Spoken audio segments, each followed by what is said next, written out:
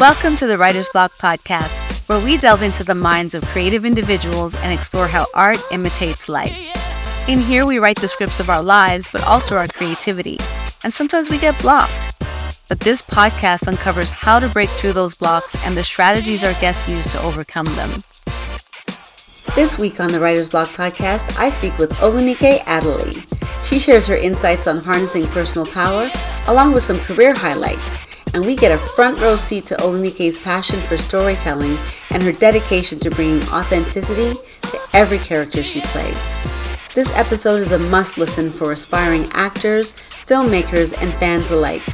Tune in to hear Olunike's inspiring stories, her advice for navigating the entertainment industry, and how she continues to harness her inner force to bring powerful stories to life on and off screen. The force is strong in this one. Let's get unblocked. You're listening to the Writer's Block podcast with L.A. Wade. You are very special to I think Canada in general, but definitely to Toronto. You're special in Jamaica. You're special in Nigeria. You are just a special, blessed, and highly favored individual. You know this, right? I do, and I own it. I love that. Yeah, I own it. I take pride in it, and I want to make sure that I'm always honoring it. Yes, I love that. And so this is why this conversation is about how you became the badass woman that you are. How did you remove those blocks to become Olunike Adeliyi? And so the best way to do that to begin is to ask you, who are you and how did you get here? What did you do? Oh, okay. Who am I? I am Olunike Adeliyi. I am of Nigerian and Jamaican descent. I am a storyteller, which involves acting, producing, writing now, and helping those actually rise to my mentees and so on, rise to the occasion of that medium of storytelling and giving back to community. So that's who I am, a community person. You definitely are a community person, and I would say that you may have left out, you're a serious fitness person and a wellness person. Yes. And I think that is underplayed with how much it contributed to your own personal growth and what you're able to output to people. Can you talk a little bit about, your wellness journey? Yes. Well, fitness has been something that has always been a part of my life. I would say from, a very early age, maybe 4 or 5, because I was raised in Jamaica and we started track and field very early. So I became an athlete very early, and then moving on to when I returned to Toronto, Canada, I was always on teams, basketball, track and field for high jump, long jump, sprinting, relay, 200. Soccer was a major one, so that was always incorporated in my life, and it had longevity as I got older, as I did different things in my life as an adult. I still always knew the benefits of physical fitness, and so I kept it up as best as I could. You definitely have. As best as I could, I definitely take breaks, long periods of time, but it's not just the physical fitness, because I also incorporate a lot of what I eat. I eat well. I've always eaten well. I'm not really a huge junk food person. I'm not a big sugar person. So that definitely added to my physique of, even when I do take breaks, that I am always eating well. So, but the health and wellness journey has been wonderful. So now I'm really working on the mental. Yeah. And we'll get into that a little bit. But when I first met you, I met you as Olunike. And sometimes I would bump into people that have known you pretty much your whole life. And they'll be like, Wendy? And I'm like, who's Wendy? And I would almost feel like I'm talking about two different people. And quite possibly I was. But there are main characters in our life that formulate who we are. They show up to be a part of the scenes of our lives. And so who are the main characters in Wendy's life and who are the main characters in Olunike's life, and have they begun to intersect? Yeah, I think the main characters in Wendy's life would have to do with family and friends that have known me for as long as 35 years that I still have in my life, but I mean, a majority of the friends that I do have close right now has not been there for not less than 10 years, but I would at least say 15 years and up, including yourself. So, those would be the main characters in my life. And so if I was to write about it, it would be that.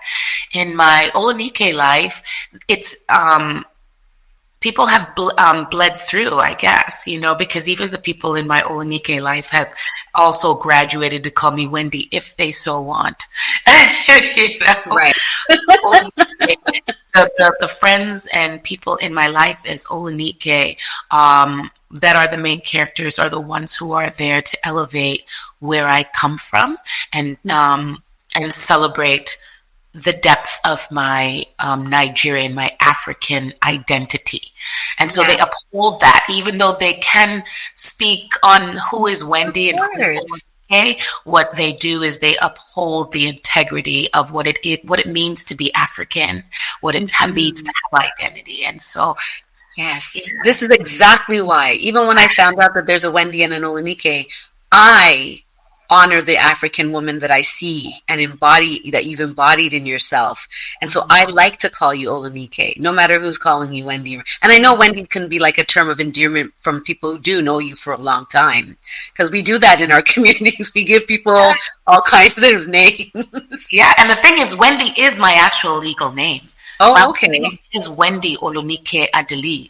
Oh, so you went by your middle name. I went by the middle name. I wanted the world to know me as my African self. And I so, love it. Yeah, but so Wendy is a part of my identity. You know what? The Wendy, it was developed for Peter Pan. Oh, the world know this, and when we meet each other, which is also rare, we all discuss that connectability of Peter Pan, and Wendy means wanderer, and I definitely do take on that persona of myself. I wander, as you know. I'm just highly curious, and so Wendy led me into the arts, and Olunike is the one who presented a platform. Yeah, I feel when we hang out together, I feel protective of you. I don't know why. I just do. And actually right now, hot off the press, I think it's because of how much you live vulnerably. You lead with your heart, and people can try to take advantage of that, but like I said, they do. But you are blessed and highly favored, so you're able to transmute any of that negativity into something magical, and it always ends up to your benefit, because the badness no weapon formed is prospering when it comes to Olunike. No, and kindness is free, and so I lead with that. You really do. Mm-hmm. It hasn't always been all kindness towards you. Let me jump into a quote. I take offense to being labeled dangerous, and that is what happened. When things happen like that, it can go any way, and people can get hurt. It compromises the person accused of something that is not fair. I think you might know what I'm talking about when I say this, but can you elaborate on how the experience that I'm speaking of, which I can clarify, has sharpened your views on discrimination and the portrayal of Black women in the media? Well, it's very. I remember that incident, and it's not that I choose not to think about it, as I choose it not to make it any kind of center of my life. Of course, because I feel that those particular experiences are there to help to guide where you are on your healing journey. It provides experiences to grow from, and what I had learned in that time, because I was I was going to UFT at that time, and I was learning so much about African and Caribbean history and Black history in the diaspora, that it was meant to happen to me, because then now I knew more about myself and more about my own community than ever before, and the importance of labels and what they can do. They can harm, they can also elevate, but mostly in a society that we are, as Black people, are deemed dangerous when that's not to be true. I mean, there are dangerous people, but when you deem a situation that is not going your way as a dangerous situation, it further puts a narrative into the collective community's minds that we are not to be trusted as human beings. We're just human beings, right? And, it's interesting because. Go ahead, sweetie. Oh, and that my pain is not valid. How I'm heard is not valid, and so we'll just dust it off and just label that as a difficult or angry or dangerous, because it's the easy way to define us, as opposed to get to know us as human beings, and that we have our own pains and sufferings that we deserve for them to be heard. And I felt violated in that way. And I never was dangerous or aggressive or even angry, because I never raised my voice. I spoke very eloquently, and that is what scared them. Yeah. It's like I was a magical Negro that they did not need to be having a voice, because it made them look bad. Right. I think it's timely. Can't be denied. Yeah, I think it's timely that actually I asked this question right after the Sonia Massey incident yesterday. I do not want to look at these things, but I think it was Revolt who put out like a sketch. So they didn't show anything, a video, but they did almost like a comic book sketch of play-by-play of what happened to this poor woman who called for help and innocently was asking. She does suffer from schizophrenia, and this portrayal of Black women in the media. This woman was completely, blindsided, and then her life was taken. And so I wonder about, did that ever occur to you, the fear, that block of how Black people are perceived in the media and how that makes them so itchy to respond in a certain way? Did you ever fear that could actually be a situation that could occur to you? Like, when I think about what happened to her, and you innocently go into a movie and it becoming this big thing, it doesn't fall far away from me that this could have had a different outcome if this happened somewhere else. Mm-hmm. Mm-hmm. It's disturbing, and so that's a block that I don't know how you remove or where you go to within yourself. You try to do all the check boxes of, I'm speaking in a way that is non-threatening. We do this like censoring of ourselves. Mm-hmm. And I just wonder about how important that ability to non-censor in the acting world frees you from those, those eyes and those judgments from society. I don't know if it ever frees me, because I'm hyper aware that that is happening, or what could happen, even just as simple as walking down a street. Right. I'm hyper aware of how others would perceive me based on how I'm walking, or if I just suddenly forgot something and turned back around. Like I'm not necessarily aware, but I don't have to think about it when I'm in Black dominated countries. Yeah. It goes away. I wake up and I'm just a person. I don't wake up and I'm Black. Yes. So in that particular situation, if any in situation that I would be in, I mean, I was in deep fear. I was panicked. But they didn't know that, because what I did was remain calm, and I just stopped talking. The power of silence. I realized that I was not talking to people who had my best interest at heart. And so I just stopped talking. And so the power of stillness is what kept me safe in my own sense. And so when they arrived, I got to write these things down. When you drop bars like that, I write them down. The power of stillness kept me safe. Woo! That's a bar. Safe, because I mean, what are you going to do? Because I knew that the people that were around me, not just the people who were accusing, but the other patrons, they were not they were not trying to keep me safe. In fact, they told me that, that's just the system, dear. You're just going to have to deal with it. That's what they were saying. I knew I wasn't safe. And so therefore I just stayed still until the police arrived. And when he came to speak to me, and I said, I am not actually sure about what's happening. So you should go straight to the source and then come back to me. And then that's what he did. And he was like, you know what? There's been complaints all the time with this play, with this theater, and you are not in the wrong.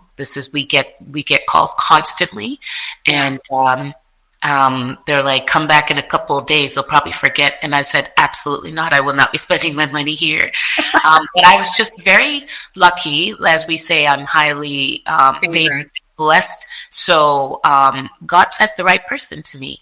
Because he was just very intrigued of, oh, who are you? And just actually trying to get to know me. So there are good police out there. Mm-hmm. It's just there are those bad apples that compromise our fellow Black members of society. Yeah, it's terrible. Okay, let's change it up a little bit more with a different quote. Okay. Meeting Denzel Washington on the set of John Q inspired me to continue pursuing acting. What was it about that encounter that had such a profound impact on you? Well, he told me the importance of study and the importance of picking the thing that you love the most and studying it vigorously and having discipline and having consistency. And then with the other things that I want to do, they will take on the same discipline. Mm-hmm. And so I'm moving into those realms right now. After all these years, I think I've worn so many hats, but right now I'm really getting into the space of community. And so he also would say to me, when you do have when you're in a position to have pass the elevator back down. So I've always practiced having mentors and having mentees. And quite a bit of my mentees are doing phenomenally in the business. Yes. In fact, I've had two guests that have raved about Olunike. Really? If it wasn't for Chantel Riley. Oh, yes. And Sajin. Yes. They both, and that whole thing with Chantel was just crazy because that was her introduction into this world of theater and then eventually film and television. But it was her first thing, and she knows how much of a role you played in helping her be prepared. Oh, absolutely. So it sounds like you did let the elevator back down a few times. Yeah, because it's also a part of your own growth, right? Sometimes there's this quote of those who can't do teach. Yes. That's not true. Okay. I think that you can always do, and because you do, and you have gathered all this knowledge and information experience over the years, what you're now doing is imparting it on someone else that can carry the mantle, the torch, I think it's very important that we preserve the integrity of art, and because it heals. We are essential. We're essential to everyday growth, everyday understanding, everyday grace, and also to challenge systems that don't make sense and that are destroying community. And so it was very important for me to have mentees, and the ones that I have had over the years has just been extremely wonderful and responsible students. And responsive to what the teaching is. Yeah. And so that's when I do once I'm doing my coaching, it is about that. It's about community. It's about ancestral presence. It's about who we're honoring. We are honoring the people that came before us, right? Because we have a very rich history. And so when you put it in that context, it doesn't feel like work. It's just play. It's just fun. And you take it off of what the industry is doing. And so Denzel really kind of honed in on that when he was advising me that you just do the best work that you can, because don't worry about the money. The money just somehow ends up in your pocket. Because it's just a byproduct of you doing the job that you need to do. And I feel that that's what's kept me relevant. It's kept me working and kept me happy. Because if there's no work, I'm just messing off somewhere in the world and gathering more nuts. You're so cute. You mentioned how artists are like essential, and it makes me think about COVID and the impact that COVID had on a lot of actors, because people out there think that they're living their best life, but they live from movie to movie, basically. Mm-hmm. And that's their version of paycheck to paycheck. And people may not feel bad because they think, all actors are living their best life. But who was it that shone that light that it's not as, I think, is it Taraji who was talking a lot about, it's not easy. And if you are essential, which I believe actors are, I believe people who create things are essential. Mm-hmm. How do you find a lot of the actors in your circle or even yourself are dealing with the block of what COVID did to their careers? And not just COVID, also the strike. Right. Because there's a lot of people that didn't work in the strike, and then there's in the strike, and also in during COVID. Yeah. I mean, that was my busiest time, funny enough. Mm. Yeah. Again, blessed and highly favored. I was very, very, very blessed in that sense, because I was able to take care of my family. Mm-hmm. But yeah, like I feel that in those times, it's really important that you take care of your mental health. It is, and to revisit why you are an artist in the first place. Mm. And also, during that time, I'm not going to take away from anyone who had a really hard time, because that is valid as well. I can only lend what was going on in my own psyche was that it was a time for rest. It wasn't even a time necessarily just for art or to keep working. For me, I valued the times that I didn't, especially the first few months where nothing was happening.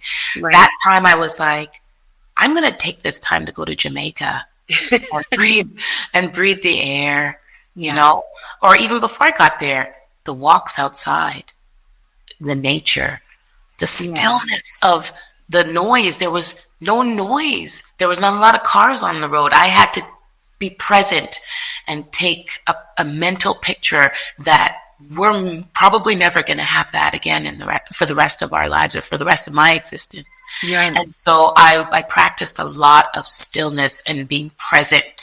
Yeah. Which is what we don't get, because we're always on our phones, we're always on some device or something. And that was my way of saying I want rest, because once things started opening up a little bit, especially for film, there was no slowing down. Right. And with the strike, what I saw from you from a distance was the very same community that you poured back into you. Absolutely. During the strike. We all checked in on each other. Yes. Yeah. We did. We all checked in on each other. That's why it's important to have community. Without community, you're kind of dead in the water when you think about it. Community is a great unblocker. Great unblocker. I always say, because I mean, if for those who may not be close to their families, or having trouble with family or whatnot, your chosen family is very important. Yes. Who you surround yourself with is very important. And it's not just about the brotherhood or the sisterhood and us, saying niceties or whatnot. The time together is about, how am I elevating this person? What can I do to also help them in their business? How can I help them? Yes. You're very good at that. Very good. You have a solid group of people that support you. Solid group. And I keep meeting more. I know, of course. As I travel, everybody's like, who are you? How do I get to know you more? And I'm like, this is great. Because before I was like, no new friends. That type of thing. Yeah. I don't what a block that is to say no new friends. That's a real big block. I get it. And it's the cool aspect of I have my road dogs. I get it. My homies. And they're great. But sometimes you outgrow them. It's true. Oh, that part. True. They have a special place in your heart, but then you have to adapt new energies in order for the growth to actually happen. And I love that when I do sit with my sisters or just friends in general, that we're all trying to figure out what's the new wave and how do we elevate ourselves and how do I help you? And I think because your friends should also be a part of pouring that money into your pocket. Absolutely. Yeah. Absolutely. I love that. Yeah. Okay. Playing Lady Macbeth as Shakespeare's first Jamaican Nigerian Lady Macbeth was a unique experience, I'm sure. How did your cultural background influence your interpretation of Lady Macbeth, and what challenges did you face in this role? Well, the challenge that I faced was before I even started the role because I kept turning it down. Because you didn't think you could do it? I was like, what? Is a different beast, guys. I never put it on stage. I've studied it all the time. Of course, with theater school or just even from high school in those times, I've loved Shakespeare. You know, my first production was Midsummer Night's Dream and Romeo and Juliet, and I just started to like continue with the King Lear and Hamlet, you know, Twelfth Night. I just always loved it. But to perform it, I didn't want to dishonor it by butchering it. You would never. Right. And You're so too much of a professional. Yeah, but you know, sometimes you go through those times of like, can I? And a friend of mine who is a fantastic acting teacher and director and producer, her name is Sophie Ann Rooney. She kept revisiting it. Literally, she started like January during that year and kept asking me up until September, and I was like, she really saw this for you. And also, Bill McDonald, who plays Macbeth, he would not do it with anyone else. So he's like, I'll wait until she figures it out and says yes. That's a compliment like crazy. Yeah. And he's fantastic too, has his own school in Vancouver now. He's just fantastic. Amazing. So I was like, okay, it keeps knocking at my door, then I have to do it. And so I agreed. And so that was like, the only block of that is like, can I do this? I don't, like, you know, I had to get out of my own way. Yeah. But once we got in, it was a collaborative effort between us artists, especially with Sophie, Bill, and I. And I asked her, if I'm going to do this, can I bring in my own native tongues, right? Oh, that's awesome. Yeah. And she's like, absolutely. I love that. It would come out in different parts of the play. Like, you never know when it was going to come. But what I loved about it is, say, like if I was to say one of the Shakespeare lines in patois, everybody understood. It didn't matter who you were. That's amazing. They knew just from the body. They knew. And so my process with being Lady M, I never saw her as a villain. I never saw her as that. I actually placed her in the place of how Black women are with their partners. We elevate, and it's always for the good of the family, the good of the empire. We are empire builders. Yes. And you can see by some top men in this world that are billionaires, trillionaires, millionaires, whatever. They'll choose Black women at the end because we are some empire builders. That is true. I'll take it. Yeah, I definitely know that's true about me, and I know that's true about you and most of the women that we know. So yes, exactly. Like my mom, I was like, "Yep, she is that woman." So I'm gonna. And my grandmother, my gosh, I took a page out of their book and I placed it in that place, so that there's vulnerability and empathy for the character instead of like, "Yeah, we've got to kill the kid and take." No, it was. It was, if we don't strike now and come together and take what's ours, like a community, a kingdom, then it's going to be lost to someone else who doesn't know how to rule it. And so I just went in that place of loving your husband through building him. Oh, I love it. I love that. I love to build a Black man. I contribute. Like, he builds himself. Exactly. He builds himself. Now I'm also learning some new things of like, you don't build no man. Right. And I don't want to. I want them full and complete already. I want to contribute to it. I don't want to subtract from it. That's it. Yeah. Okay. Right. Like I want to maybe build an empire, but I don't want to be a part of the controlling of how it should go. He should know. And I'm just there to be like a really big fan. Yes. Yes. I love that. Okay. Would you rather take on a challenging role in an indie film or a supporting role in a blockbuster? Ooh, girl! Sorry. That's the point. It's supposed to be hard. So I'm going to put my business brain on. Okay. Because I'd love to say, yes, indie film, the most important. And of course, but I've done them, and they've been great. But right now, in my time, at my age, I need that blockbuster.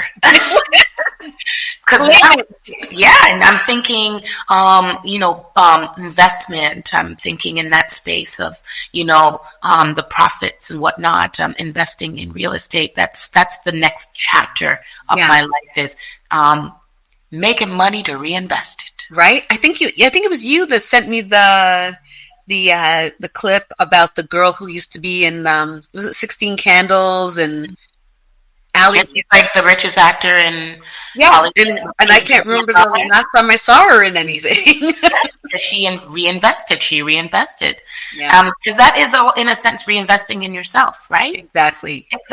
So, and that's something that unblocks when you invest in yourself. When you invest in yourself. Yeah. Yes, because it's for the community. Mm-hmm. If you're happy, they will be happy. It's so true. Okay, would you rather direct a film with a significant social message or star in a commercially successful TV series? Direct a film with a social message, yes, because it's legacy. Exactly. Would you rather have a year off to travel the world or spend a year honing your craft in acting? I think you've already done that, so I don't even have to ask you this one.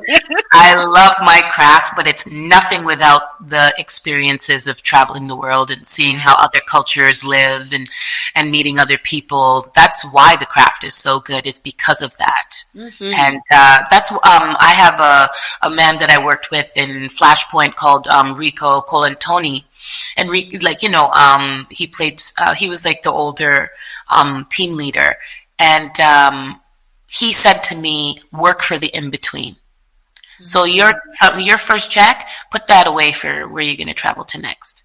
Oh, I love that. That's a great advice. I think it's wonderful advice because I've always done that. So I've always been looking for the in between, and the work is wonderful, but I can't have the work without the in between. I love. Oh, that's another one. Can't have the work without the in-between. You say some really profound things. But that's because you're you. Okay. Would you rather play a historical figure or a fictional character with complex emotions? That's a really good one, too. I think I would like to play a historical figure. Yeah. Like I've always had the dream. I have, and also I have the dream of playing Nina Simone in her older years when she is going through being a manic depressive, and but yet still that's where her brilliance comes from. Yeah, that's a really good one actually, because people that have these mental health challenges and how they understand themselves versus the empathy that clearly you have for the character. What is it about her in that period of her life that you believe you could speak to? Absolutely. The rejection of society and how it plays out, manifests into adult life and creates blocks. Because as everyone was enjoying her art because it was profound, she was suffering inside. Yeah.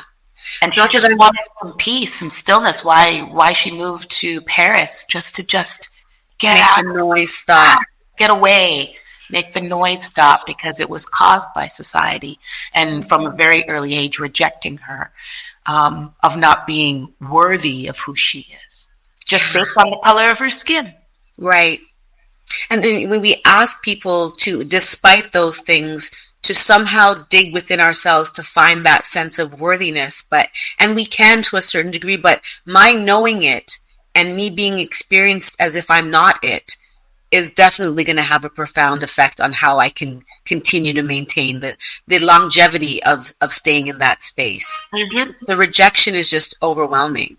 Absolutely. Yeah. It is overwhelming, and people don't realize the effects until it's too late. Yeah, it's true. Mm-hmm. That's one more. Would you rather explore dark, dramatic roles or comedic, lighthearted characters? Oh, that's a tough one too. You can be real silly. Oh, In fact, I want to see you do a comedy show on stage, like a one-woman show. I know that's also a little bit of a thing that I've always been like. People keep saying, you'd be a great comedian, and I'm like, you would be a great comedian. I mean, I've done improv. I'm always in there, and I'm like ready to go. Like I've done some studies at Second City, and that has always been so much fun because it comes naturally to me. Mm-hmm. And you know what? Here's the thing: comedians make some of the best dramatic actors. Yes, they're so darn sharp and smart with who they are, and they have humor. You have humor. Yeah. So you can see it in all. That's why some of the most dark comedy is so profound. Yeah, it seeks in. Yeah. So I mean, what would I choose? I would say comedy right now because I just like to live in the light, and celebrate joy. Joy is really wonderful. Yeah, for me, it helps me transmute the pain.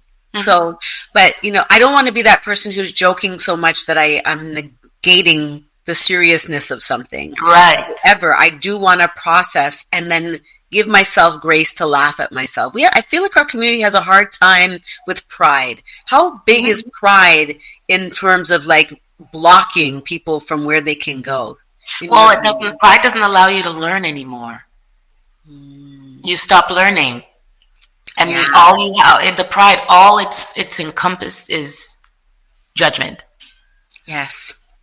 Yes. I mean, we live in a community where that's all we do. It's like it's taken from the supremacy world now, and it's now with each other. Yeah. It's like we're doing even our own skin shades and academic levels and social status. Like we're judging it within ourselves and ostracizing each other based on what your status is. It's ridiculous. And so and we take it so seriously. We don't realize how colonial that is. And so the art of going back in and decolonizing your brain so that you can accept others for their differences and get rid of the pride is... And laugh. You can laugh at yourself. It's okay. Not everyone's pointing at you thinking you're not a good person. Yeah. Well, that is the most healing thing you can do for yourself is to get rid of the pride.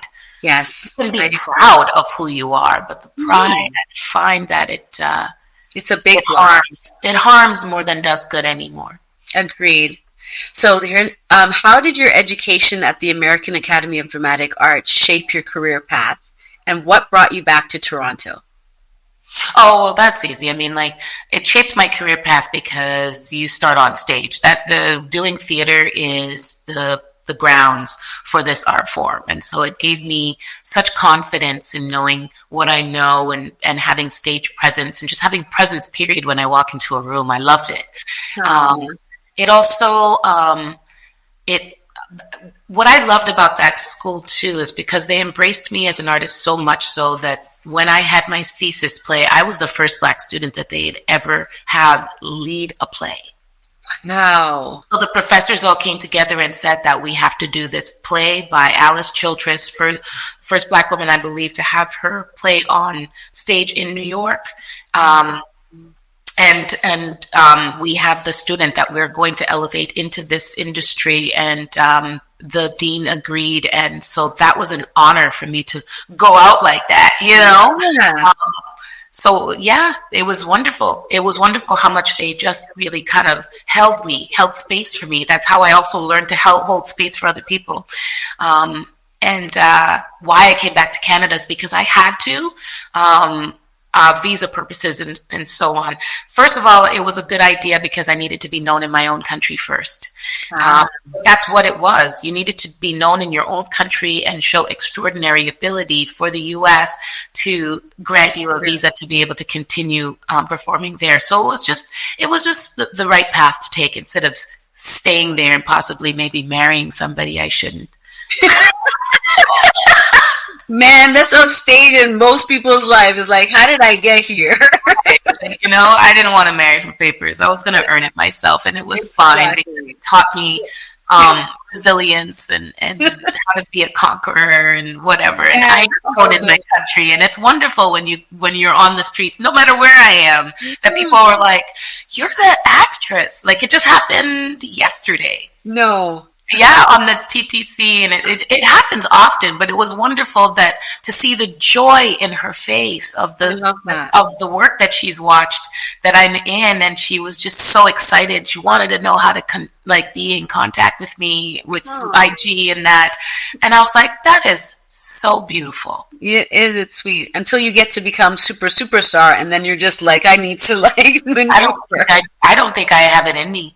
I don't think so either, but I hope I get to the place where you have the choice.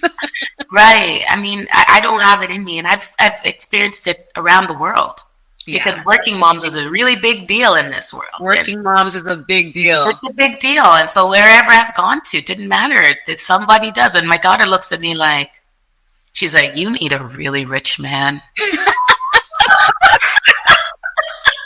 She's like, yes, Alicia. You know who you are? Do you know who you are? And I was like, just the fact that she's just proud. And she's looking in a mirror. Yeah. It's an extroverted version of herself that she sees, and you see the introverted version of yourself. Absolutely. Both Capricorns, you guys are completely well matched and yoked. You don't need a better partner because you have such a great friend in your daughter. I do.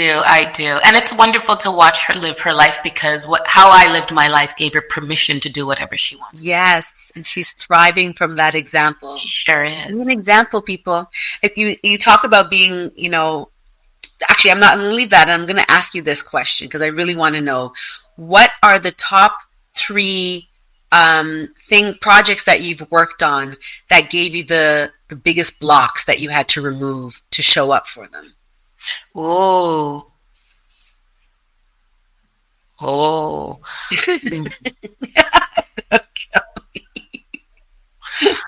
That is, oh my gosh, that is a good question. Because I really, I can only, 3 films or 3 projects?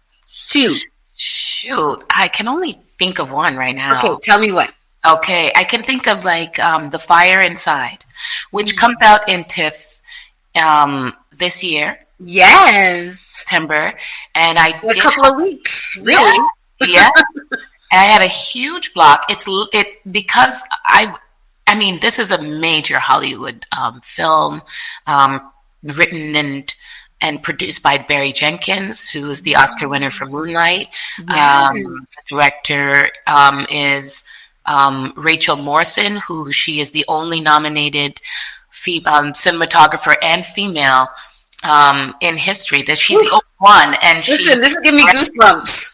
Right, and she's done films like Cake and Fruitvale Station and Black Panther. So she's a big deal, and so being on set, I was going through such turmoil in that time with relationship and whatnot, just everyday life. And we had been waiting so long to film that because it was casted before the whole pandemic happened. And then we had to take breaks, and then they had to change cast members. And so, you have this ginormous opportunity. And once you're finally there doing it, you're just wondering if you are worthy enough to even do it at this time. Right. And so having that block, I had to channel whatever was going through in my life into the character, because she's an incredible character. I played the mother of the main character, because the story is based on Clarissa Shields, who is the #1 female boxer in the world. Yes. And Ryan Destiny plays her, and then I have to play Ryan's mom, Clarissa's mom, it's incredible to be able to play this woman because she went through so much coming up in her life, but yet all she wanted to do was be a good mom. Even with all her failures and all her mistakes and all her addictions, all she wanted to do was be a good mom. I can relate, and I'm sure many women can relate to that. Yeah, so I had to find the vulnerability of her constantly and stop trying to kind of play it. I had to be it, and so therefore I had to bring my own life into it. Wow, that's amazing. I love that. And you also played the mother of Mike Tyson, which is another iconic figure. Oh yeah, and she was incredible. Oh, what a woman! What a woman, and what a journey she took as well. And it informed who she was. Informed me who Mike Tyson is today. Yeah. Oh, wow. That's who he became and who he is today. It was from her, because that mother and child connection is probably the most important relationship in the world. And how it starts it's a telltale of where. Yes, you sent me something on that too. It's true though. Reading Mother Hunger. It's so good. I just finished it. Listen, let me just say right now that we will make this one of our book club titles, because just the title alone, Mother Hunger, it says so much to me already. Yeah. So I've just begun it. What? I just started to begin to read it because we all have some mother hunger, and sometimes somebody told me. I listened to this podcast, and the doctor said this woman was complaining about what she wanted her father to be. Yes. And how much she wanted her father to be a good grandfather to her child. And the woman said, "You're starving, and you want your father to be the juiciest steak because you know that the steak would satiate you. And what your father is egg foo young." So for those of you who don't know, egg foo young is very light. It doesn't really have much to it.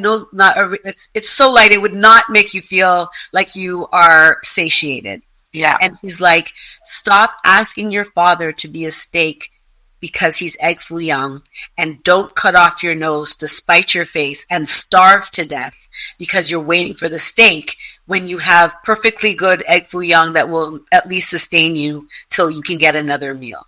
Yes. And that's the hunger that's where I'm at. Analogy.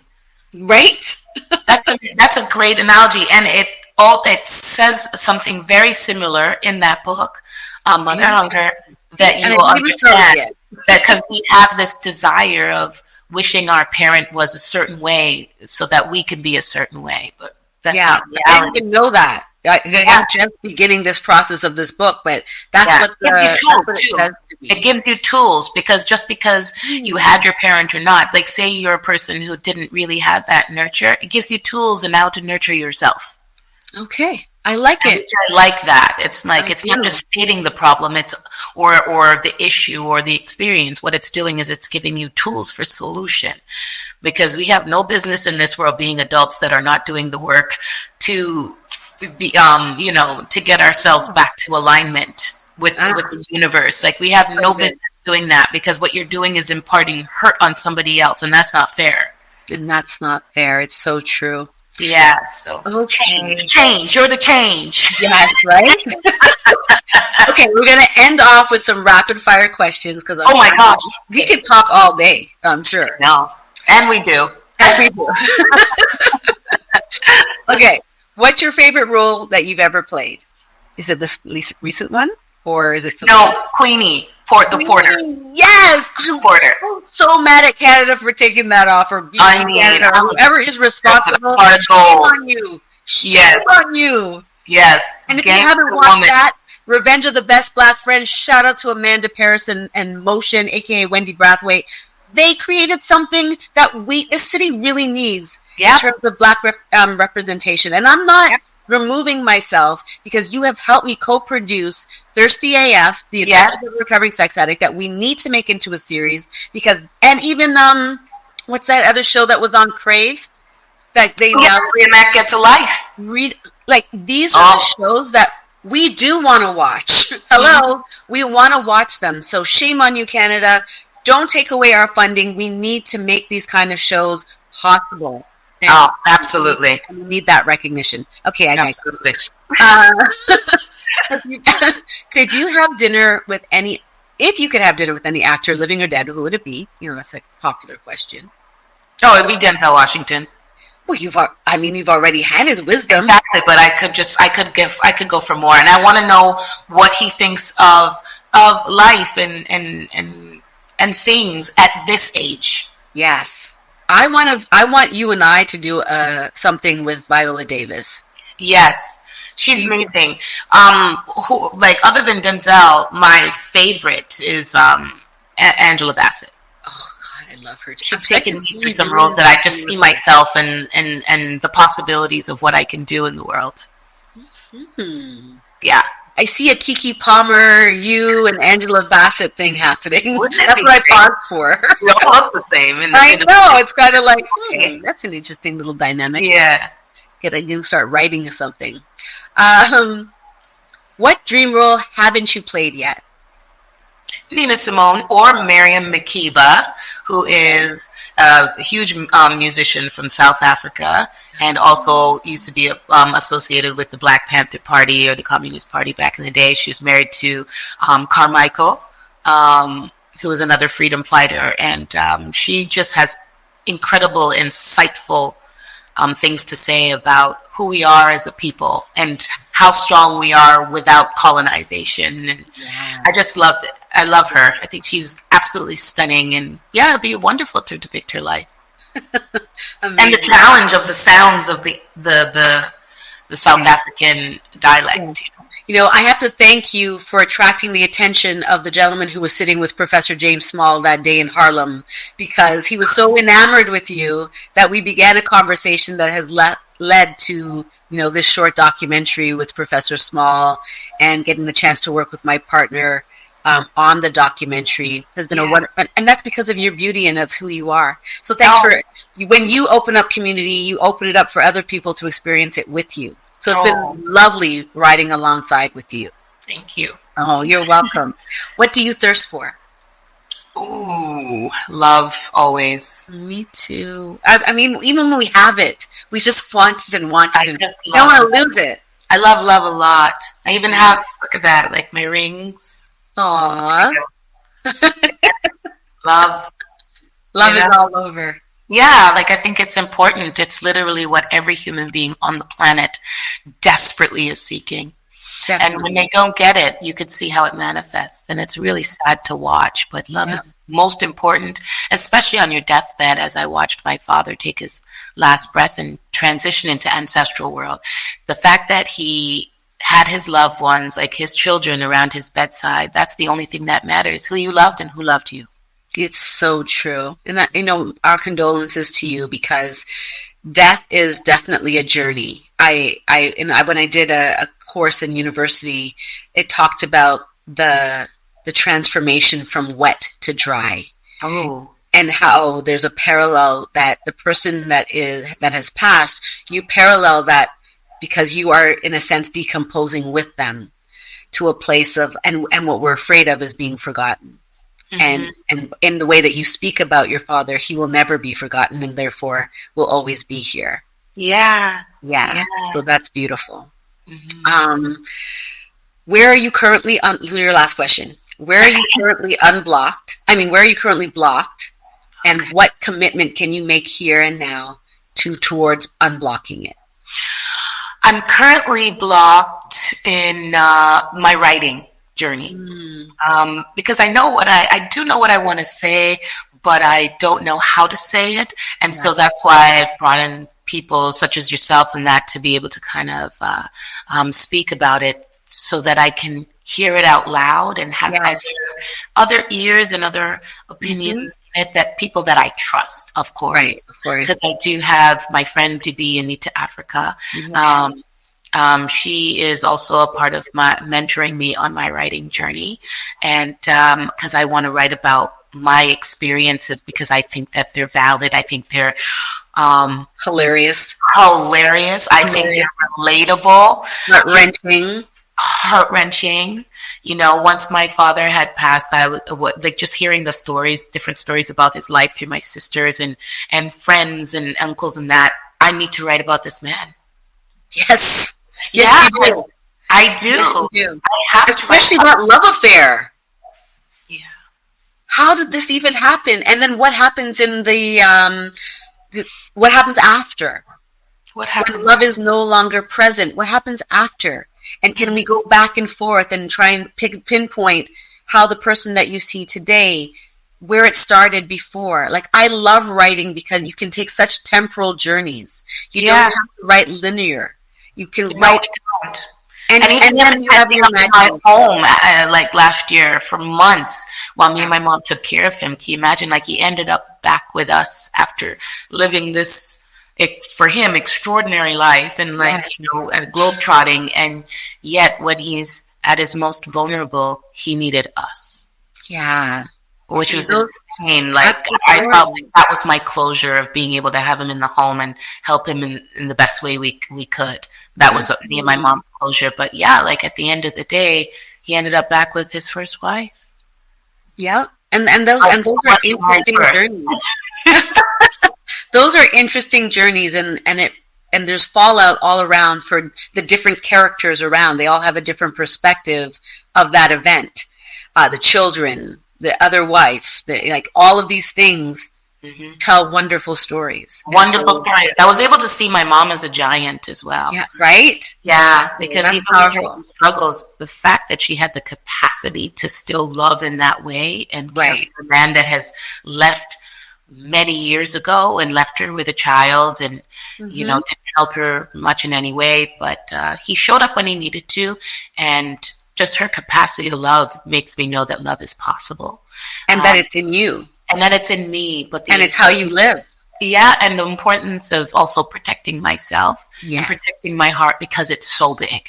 Exactly. Well, it is biblical. Guard your heart. But I don't need to shield it, but I just need to protect it because it's so big. And so therefore only certain energies will be able to come in and experience it to its fullest. But if I sense that you're taking advantage, then I will bow out gracefully and wish you well on your life's journey. For real. Exactly.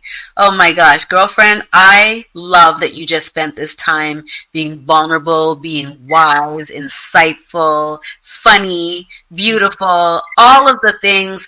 I am honored to be your friend and your confidant, and anything else that is required that you need, I serve you, my friend. I love you. Thank you, everyone, for being in the Writer's Block podcast. I want to thank our sponsors, TRF Media. I want to big up Mello for his producing extraordinaire, and he's great. Yep. 30AF, my wine bottle, courtesy of CH Hot and Wines. You can pick it up on my website. This is LAWade.com, and you can reach me on IG at This Is LA Wade Inc. And if you want to learn more about our clients and our guests, their creative journey, please visit the Writer's Block podcast on IG. What should we know about you now, and how do we reach you? Well, first of all, I want to say congratulations to you for creating this platform. You are always forward moving, and it's an honor to be your friend. Oh, thank you. Yeah, where you can find me on IG at Olunike Adeliyi. Twitter. You have a fitness one too, right? This one? Oh, yes, you can find me on IG at Olunike Fitness. Come on over and join in the fitness journey that I'm on. I'll put them in the show notes, the links, so that we can find you. Like physical fitness, it's mental fitness, it's spiritual fitness, it's emotional fitness, it's what do I do and how can I share it to the rest of you in order to create peace and joy in your life. And so I'm saying let's heal together. So that's why I created Olunike Fitness. I love it. And those are the places that you can find me. And of course, come out to see The Fire Inside that's going to be premiering at TIFF. I don't know what the dates are, but I'll get them posted on my Instagram accounts. And I would like to see that place packed with people that look like me. Yes, please. As well as the community. Everybody is invited to all screenings. Go and see them all. But please come out and let's support our stories, our Black stories. Yes, let's support those stories. I love it. Remember, you're more resilient than you think. Grab a pen, grab a camera, grab a paintbrush, grab a hold of yourself and get unblocked. We'll see you next time. Mwah. You're listening to the Writer's Block Podcast with L.A. Wade. Hello, I am Olunike Adeliyi. I am a storyteller, which encompasses acting, writing, and producing. And I just got unblocked on the Writer's Block Podcast.